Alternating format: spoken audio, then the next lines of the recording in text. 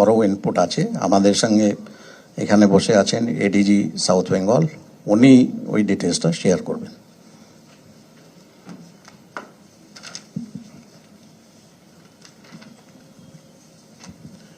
Thank you, Manoj. Very good afternoon to you all.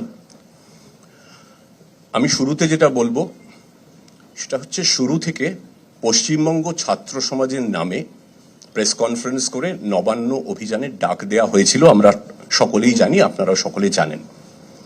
Paschimbanga ছাত্র সমাজ নামে কোনো সংগঠনের অস্তিত্বের কথা এর আগে আমরা শুনিনি। অনেক দলের, অনেক গোষ্ঠীর, অনেক ছাত্র গোষ্ঠী আছে, ছাত্র কমিটি আছে, কিন্তু এই নামে কোনো সংগঠনের অস্তিত্ব আমরা পাইনি। আমরা খোঁজ নিয়ে সোশ্যাল মিডিয়াতে যেটা দেখলাম, আপনাদের একটা পশ্চিমবঙ্গ ছাত্র সমাজের যে ফেসবুক পেজ, সেইটা একটু দেখাবো। এইটা একটু অনুগ্রহ করে দেখুন। শুরু থেকে বলা হচ্ছে যে এই আন্দোলনটি সম্পূর্ণ অরাজনৈতিক।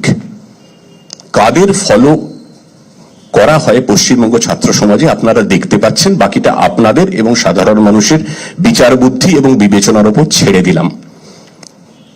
আপনারা দেখতে পেয়েছেন সকলে পশ্চিমবঙ্গ ছাত্র সমাজের ফেসবুক পেজ, সেখানে তারা কাদের ফলো করেন সেটা আপনারা দেখতে পাচ্ছেন, তাদের পরিচয় আপনারা জানেন। বাকিটা যেরকম বললাম আপনারা বুঝতেই পাচ্ছেন। দ্বিতীয়ত, এটা বলা হচ্ছে শুরু থেকে যেটা এটা একটি ছাত্র আন্দোলন। ছাত্র সমাজের তরফ থেকে একটা আন্দোলনের ডাক দেওয়া হয়েছে। সেটা কবে ডাক দেওয়া হয়েছে? 27শে অগস্ট, আগামীকাল, যেখানে হাজার হাজার ছাত্রছাত্রী দীর্ঘ পরিশ্রমের পরে একটি সর্বভারতীয় পরীক্ষায় অংশ নিতে চলেছেন। ইউজিসি নেটের পরীক্ষা রয়েছে কালকে সকাল 9:30 থেকে 12:30, তারপর বিকেলে 3টে থেকে 6টা। আমরা এরকম কোনো উদাহরণ পাচ্ছি না সুদূর অতীতে, সাম্প্রতিক অতীতে, যে কোনো ছাত্র সমাজের পক্ষ থেকে এমন কোনো আন্দোলনের ডাক দেয়া হচ্ছে যেখানে ছাত্রছাত্রীদের, বহু সংখ্যক ছাত্রছাত্রীদের পরীক্ষা দিতে গিয়ে অসুবিধার মধ্যে পড়তে পারে।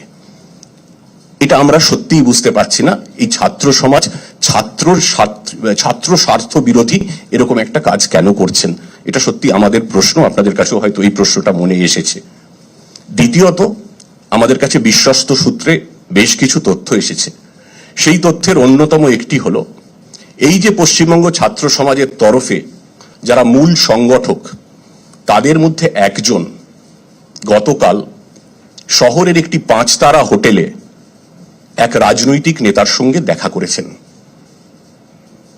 সেই দেখা হওয়ার সময় কি অনৈতিক কাজকর্ম হয়েছে, হয়নি, কতটা হয়েছে, সেই ব্যাপারে আমরা তথ্য প্রমাণ সংগ্রহ করছি এবং সেই তথ্য প্রমাণ সংগ্রহ করে আমরা আদালতে সেটা পেশ করব।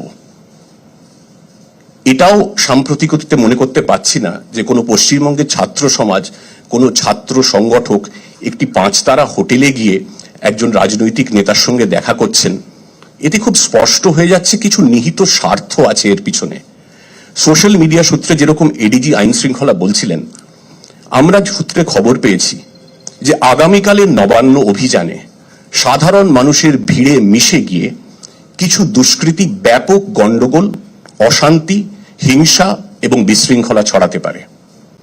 আমরা এটাও জেনেছি যে আন্দোলনের সামনে, ভিড়ের সামনে মূলত মহিলা এবং ছাত্রছাত্রীদের সামনে রেখে পিছন থেকে এমন কিছু গোলমাল পাকানো হবে, এমন কিছু প্ররোচনা দেওয়ার চেষ্টা হবে যাতে পরিস্থিতি নিমেষে অশান্ত, বিশৃঙ্খল এবং হিংসাত্মক হয়ে ওঠে এবং পুলিশ বাধ্য হয় বল প্রয়োগ করতে। সাধারণ মানুষের শান্তিপূর্ণ আন্দোলনের আবেগকে কাজে লাগিয়ে একদল দুষ্কৃতী এই অশান্তি, হিংসা এবং বিশৃঙ্খলা ছড়ানোর চক্রান্ত করছে। এর নেপথ্যে কারা আছে, কি নিহিত স্বার্থ আছে, সেটা তারা বলতে পারবেন, আমরাও খোঁজ নিচ্ছি। নেপথ্যে যারা আছেন তারা হয়তো ঘটনাস্থলে থাকবেন না, কিন্তু উস্কানিমূলক, প্ররোচনামূলক বক্তব্য চলছে। সোশ্যাল মিডিয়াতে একাধিক ভিডিও ঘুরছে, সেই ভিডিওগুলো পেন ড্রাইভে এই প্রেস কনফারেন্সের পরেই শেয়ার, আপনারা সেটা উস্কানিমূলক মন্তব্য করছেন, হিংসায় উস্কানি দিচ্ছেন কালকের আন্দোলনে। আবার বলছি, সাধারণ শান্তিকামী মানুষের আবেগকে কাজে লাগিয়ে তাদের আমরা চিহ্নিত করার চেষ্টা করছি এবং প্রয়োজনীয় আইনি ব্যবস্থা নেওয়া হবে। এই পরিস্থিতিতে যেটা এডিজি আইন শৃঙ্খলা বললেন, আমরা রাজ্যের সমস্ত শান্তিকামী শুভবুদ্ধি সম্পন্ন মানুষের কাছে সবিনয় অনুরোধ করছি, এই দুষ্কৃতীদের ফাঁদে পা দেবেন না, কোনো প্ররোচনায় পা দেবেন না। ফাঁদ পাতা হচ্ছে, অশান্তির মধ্যে জড়িয়ে দেওয়ার চেষ্টা হচ্ছে। সাধারণ মানুষের নিরাপত্তার থেকে বড় অগ্রাধিকার রাজ্য সরকারের কিছু নেই। সাধারণ মানুষের নিরাপত্তা, তাদের সেফটি অ্যান্ড সিকিউরিটি সর্বাগ্রে। তাই সাধারণ মানুষকে, শুভবুদ্ধি সম্পন্ন মানুষকে আরো একবার অনুরোধ করব, এই চক্রান্তের ফাঁদে পা দেবেন না।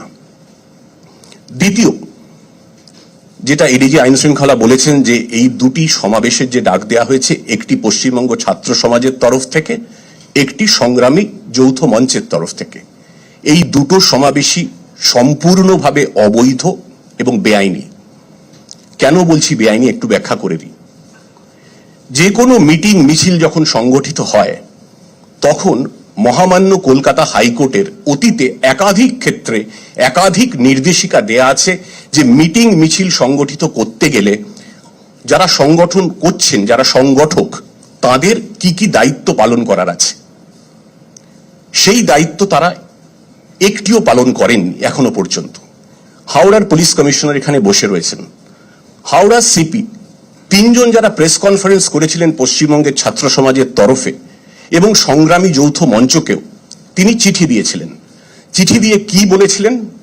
তিনি বলেছিলেন আপনাদের প্রোগ্রাম কিভাবে হবে, কত লোক আসবে, কোথা থেকে আসবে, কোন গাড়িতে আসবে, কত গাড়ি ব্যবহৃত হবে, এটা আমাদের জানান। এই তথ্যগুলো জানলে তবে আমরা আন্দোলনটাকে যাতে শান্তিপূর্ণভাবে হয়, আমরা প্রয়োজনীয় যথাযথ পুলিশ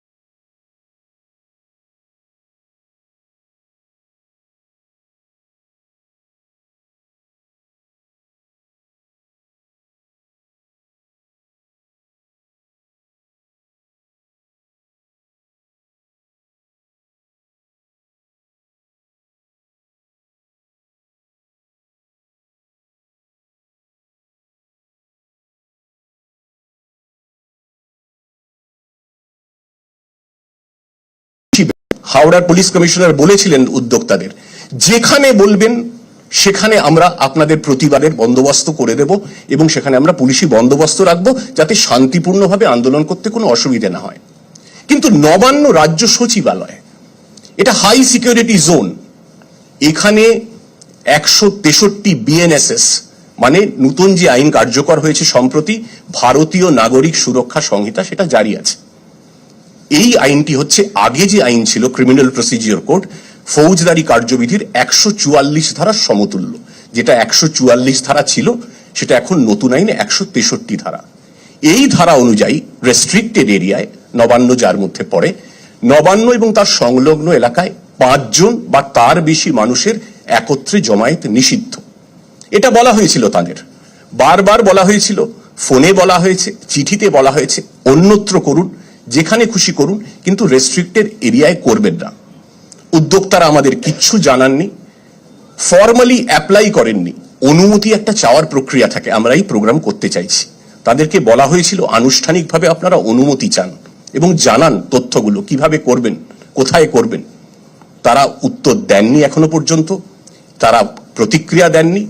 তারা সমাজ মাধ্যম এবং প্রেস কনফারেন্সে একটা ঘোষণা করে ডাক দিয়ে দায়িত্ব সেরেছেন। এটা বেআইনি, এটা করা যায় না, দিস ইজ ইললিগাল, আনলফুল। আরেকটি কথা এখানে বলে দেওয়া দরকার, যেটাও এডিজি আইন শৃঙ্খলা বলেছেন, যে আরজিকর কাণ্ডের প্রেক্ষিতে সুপ্রিম কোর্টের যে সর্বশেষ নির্দেশ রয়েছে, কোনো কোনো মহল থেকে সোশ্যাল মিডিয়ায় তার একটু অপব্যাখ্যা হচ্ছে। সুপ্রিম কোর্টের যে অর্ডার সেটা পাবলিক ডোমেনে আছে, আপনারা সবাই দেখতে পারেন। সেখানে সুপ্রিম কোর্ট কি বলেছেন? বলেছেন আরজিকর কাণ্ডের প্রেক্ষিতে কোনো শান্তিপূর্ণ আন্দোলন হলে পুলিশ তাতে হস্তক্ষেপ করবে না। পাশাপাশি সর্বোচ্চ ন্যায়ালয় এটাও বলেছে, এবং আমি এবার অর্ডারটা কোট করছি, I am coating, this court has not injuncted the state from exercising such lawful powers as entrusted in terms of the law. আপনাদের অনুমতি নিয়ে আরেকবার বলছি, পুনরাবৃত্তি করি অর্ডারটা। This court has not injuncted the state from exercising such lawful powers as entrusted in terms of the law. যার মানে কি দাঁড়ায় সাদা বাংলায়, মাননীয় আদালত বলছেন শান্তিপূর্ণ আন্দোলনে পুলিশ হস্তক্ষেপ করবে না, কিন্তু তার মানে এই নয় যে আইনি বিধিনিষেধ, আইনসম্মত বিধিনিষেধ রাজ্য কার্যকর করতে পারবে না, সেই ব্যাপারে কোনো নিষেধাজ্ঞা নেই। এবং 163 BNSS 163 ভারতীয় নাগরিক সুরক্ষা সংহিতা সেই আইনি কার্যবিধিটা কার্যকর করারই একটা অঙ্গ। শেষ আরেকটি পয়েন্ট বলি, যেটা মনোজ বলেছে, কালকে পরীক্ষা রয়েছে, বহু সংখ্যক ছাত্রছাত্রী পরীক্ষা দেবেন।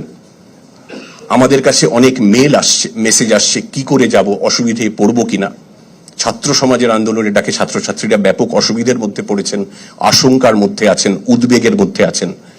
আপনাদের মাধ্যমে, সংবাদ মাধ্যমের মাধ্যমে আমরা জানাতে চাই যে কালকে রাস্তায় পর্যাপ্ত পুলিশি বন্দোবস্ত থাকবে এবং পরীক্ষার্থীদের যাতে কোনো অসুবিধে না হয় সেটা আমরা খেয়াল রাখবো। তবু কেউ যদি কোনো পরীক্ষার্থিনী যদি কোনো রকম অসুবিধার মধ্যে পড়েন পরীক্ষা কেন্দ্রে পৌঁছানোর পথে, তারা অনুগ্রহ করে পুলিশের সঙ্গে যোগাযোগ করুন।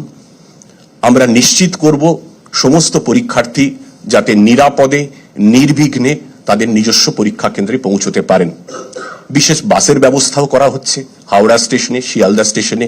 কি করা হচ্ছে পরীক্ষার্থীদের সুবিধার্থে, আরো কিছু অ্যারেঞ্জমেন্ট করা হবে, সেগুলো এডিজি আইন শৃঙ্খলা নিশ্চয়ই সময় মতো আপনাদের জানিয়ে দেবেন। আমার এইটুকুই বলার ছিল। এবার যদি আপনাদের কোনো প্রশ্ন থাকে, এডিজি আইন শৃঙ্খলা আছে, আমি আছি, আপনারা করতে পারেন।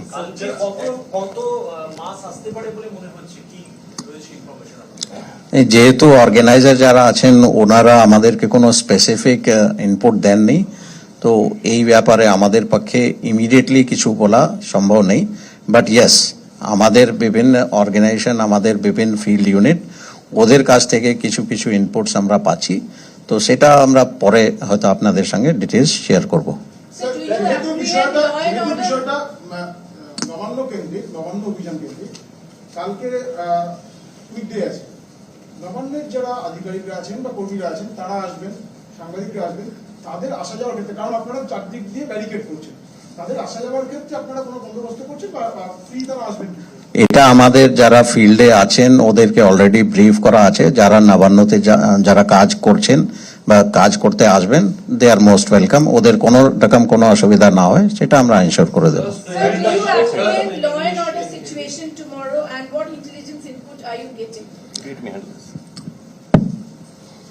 Like I mentioned, we have serious apprehensions of law and order. From social media, from a section of the print and electronic media, and from our own internal sources, we have concrete information that a section of the miscreants, taking advantage of the emotions of the common people and well-intentioned citizens, will try to create large-scale violence, cause violence, create chaos, and create disturbance. To an extent that police is compelled to use force. We have specific intel that conspiracies and plans are underway to create chaos and instability. And there will be miscreants who will stoop to any level to create chaos, disturbance, and unlawfulness. We are alert to that. We are vigilant. We are identifying those miscreants and will take appropriate legal actions so that the safety and the security of the common people, which is paramount, which tops our list of priorities, which is a non-negotiable, that should not be compromised. We'll take all possible actions and appropriate actions. Thank you. Sir, dial 100 is there. Dial 100 is of course there. But sir, the thing is that dial 100 is there. But for the convenience of the students, there will be any other helpline number in which they may contact in case of any Any dedicated helpline number for tomorrow? There is no dedicated helpline number. 100, 112, these are already available. There will be police available on various points. They can approach the police or the nearest police station, or they can dial 100, or they can dial 112.